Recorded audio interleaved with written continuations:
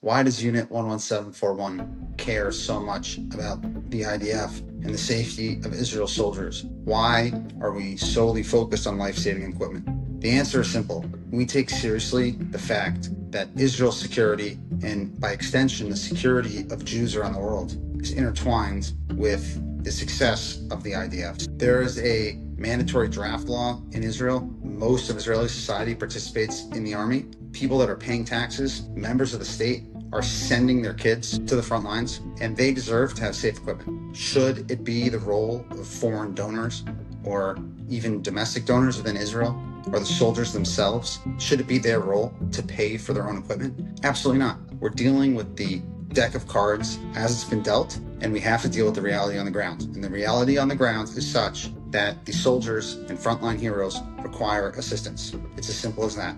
And that's why Unit 11741 fights so hard and fights every single day to ensure that every single soldier has the best equipment they possibly can have. We're not interested in gaslighting. We're not interested in telling people that they're not important. There might be some requests that we can't meet.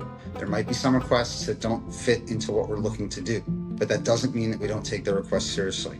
We're not waiting for some general who's sitting in an office to tell us that this person's important, that person's not important. If you're entering a combat zone, if you're entering something that might be dangerous, you deserve to have decent equipment. It's as simple as that. And yes, we do say no to certain people. We do say no to certain requests, but we still listen, we take them seriously, and we actually investigate every single request. We don't just dismiss things out of hand. There are so many stories that I could share about times that things were dismissed. I'll share one.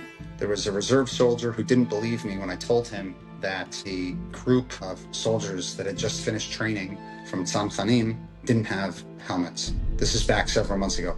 We provided the helmets despite the reserve soldier telling me that there's no way this is true. And there was an incident, and thank God all the soldiers were okay, but they encountered a real living terrorist and a member of Hamas that was trying to kill them. And they did not have safe helmets before we helped them.